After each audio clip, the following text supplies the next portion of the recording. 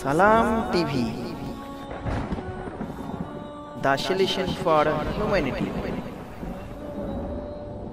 আসসালামু আলাইকুম ওয়া রাহমাতুল্লাহি ওয়া বারাকাতুহু।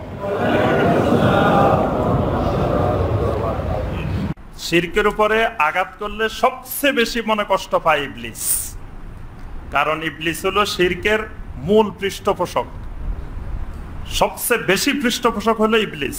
এজন্য ইবলিস এক একজনকে এক একভাবে তাওহীদ থেকে সরায় রাখে। এজন্য যে ইসলামের অনুসারী তাকে একটা পদ্ধতি অবলম্বন করে, যে ইসলাম অনুসরণ করে না তাকে আরেকটা পদ্ধতি অবলম্বন করে। যে ইসলামের অনুসারী তাকে দেখা যাবে যে আমলের প্রতি এত বেশি জোরালো কাজ দেওয়া হয়েছে, সে ঈমানের কথা ভুলেই গেছে। কারণ ইবলিস জানে যে তার আমল যতই করুক, ঈমান যদি ঠিক না হয় তার আমল দিয়ে কোনো কাজ হবে না। এটা ওই মুসলমান না জানলেও ইবলিস কিন্তু জানে। ইবলিস এই ব্যাপারে খুব পারদর্শী, যে এই জন্য তাকে তাওহীদ থেকে সরায় রাখে, ঈমান থেকে সরায় রাখে। এই জন্য ঈমানের কোনো আলোচনা, ওয়াজ মাহফিল কোনো কাজ নাই, সব কিসের? আমলের। ঈমানের কোনো হরকত নাই, ঈমানের খালি মেহনত আছে। ঈমানের আর কিছু বাংলাদেশে নাই। কিন্তু ঈমানের মেহনত, আলহামদুলিল্লাহ ঈমানের মেহনত তো ভালো, কিন্তু ঈমানের মেহনত 30 বছর 40 বছর করার পরে এক ভাইকে আমি জিজ্ঞাসা করলাম যে ভাই, ঈমানের উসুল কয়টা? কয় ঈমানের আবার উসুল কি?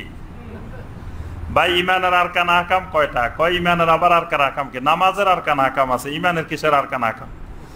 আমি বলি যে ভাই ওযু ভঙ্গের কারণ কয়টি? কয় 7টি। ঈমান ভঙ্গের কারণ কয়টি? কয় ঈমান ভঙ্গের আবার কারণ কি? তা আপনি 40 বছর কিসের মেহনত করছেন?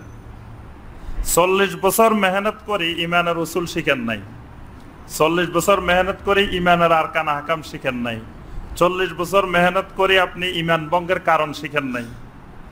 এগুলা না শিখার কারণে আপনি মেহনত করেই যাচ্ছেন, আবার আপনি শিরকের সাথে জড়িত, আপনারই ঈমান নাই। মানে যিনি ঈমানের মেহনত করতেছেন তার ঈমানে নাই। এমনি কিন্তু উনি ঈমানের মেহনত নিয়ে খুব ব্যস্ত, যে ভাই কি হয়েছে? কয় আমি ঈমানের মেহনত নিয়ে ব্যস্ত, অনেক ব্যস্ত আছি মেহনত নিয়ে। এখন আপনার ঈমানে নাই, মেহনত কি আবার? তা এখন ওনার যে ঈমান নাই এইটাই উনি বুঝে নাই, কারণ উনি তো ঈমান ভঙ্গের কারণ জানে না। আমরা বলছি না এর আগে, ওযু ভঙ্গের কারণ যদি কেউ না জানে, তো সে তো সারা রাত ঘুমায়, সকালে উঠি ফজরের নামাজ পড়বে, সে তো আর ওযু করার দরকার নাই। কারণ সে কবে যে আমি কি করছি, আমি রাত্রে ঘুমাইছি, ঘুমাইলে কি সে ওযু ভাঙ্গে এটা তো সে জানে না। তারপরে সে এখানে তাফসীর শুনতেছে, মাঝখান দিয়ে যায় দোতলা থেকে প্রস্রাব করে আসছে, উপরের থেকে প্রস্রাব করে আসি, আসার নামাজ পড়তেছে। কি ভাই আপনি ওযু করেন নাই? কয় আমার ওযুর কি হয়েছে? ওযুর সাথে আবার পেশাবের কি সম্পর্ক? আমি প্রস্রাব না করছি, আমার ওযুর কি হয়েছে? এটা প্রস্রাব করলে যে ওযু ভেঙে যায় এটা তো সে জানে না। ওযু ভঙ্গের কারণ না জানলে যেমন ওযুবিহীন নামাজ পড়ে মানুষ, ঈমান ভঙ্গের কারণ না জানলে ঈমানবিহীন মেহনত করে মানুষ। মানে তার ঈমানে নাই, কিন্তু সে ঈমানের মেহনত নিয়ে মহাব্যস্ত। ঈমানের উসুল, ঈমানের আরকান আহকাম, ঈমান ভঙ্গের কারণ, এটা জানতেই হবে। জানা ফরজে আইন, এটা ফরজে কিফায়া না।